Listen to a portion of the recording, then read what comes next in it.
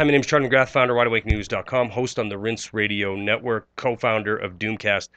Please, if you want to support independent media, visit WideAwakeNews.com, Rinse.com, or Doomcast. And if you feel compelled to contribute, then please, we encourage that. We thank you for your support, and we tell you that it is greatly appreciated and greatly needed. Once again today, Hillary Clinton was out on the talk circuit on the Sunday morning news programs. She made a stop by GPS, and one thing she said on there I found to be very, very interesting and telling. She told America that we have to go back out there and sell ourselves. We have to figure out how to take countries from conflict and disorder into cooperation and order. And I find that somewhat disgusting, because when she's speaking, it's right on the heels of bashing Russia and Putin, and she's talking about conflict and disorder.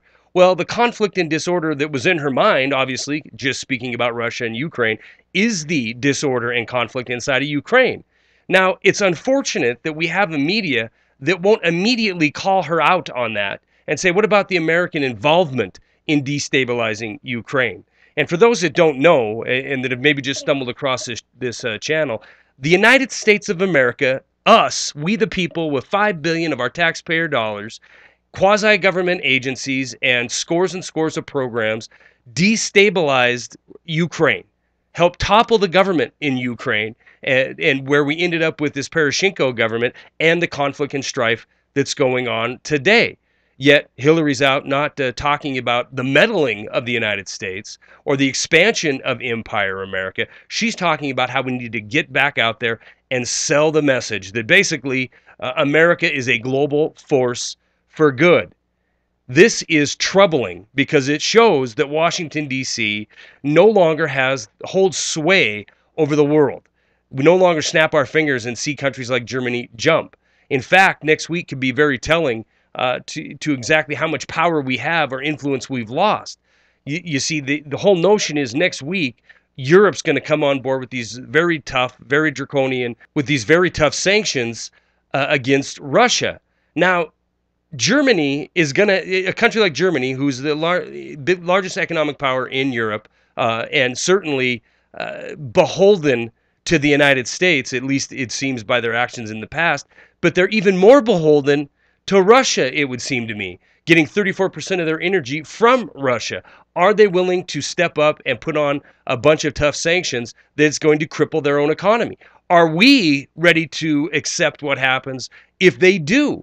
If Europe decides to go along, if Germany decides to go along, and France decides to go along, cutting off military contracts, laying sanctions on different sectors of the Russian economy, and it cripples the European economy, it's absolutely going to spread to the U.S. economy. And I'm not talking months down the road, I'm talking instantaneously.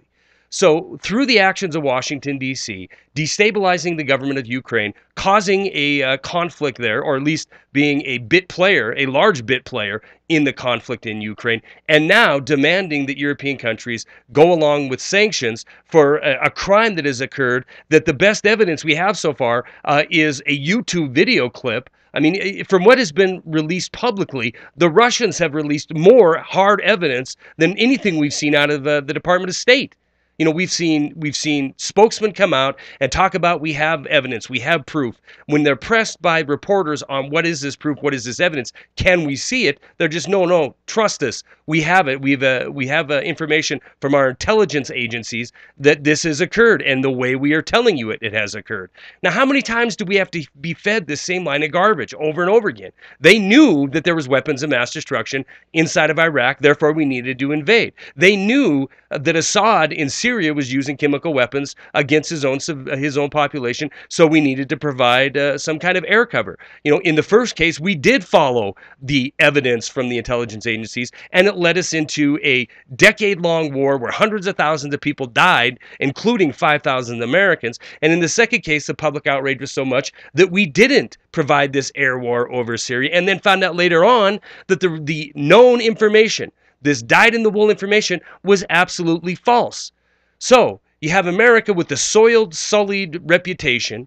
You have crimes that are being committed in our name with our money. And you have the top leaders going before cameras out there saying the number one thing that we need to do is not, check our moral compass, not look at what we're doing around this planet, not decide to take care of ourselves here at home rather than meddling around the globe. No, the number one thing we need to do is go back out and sell ourselves.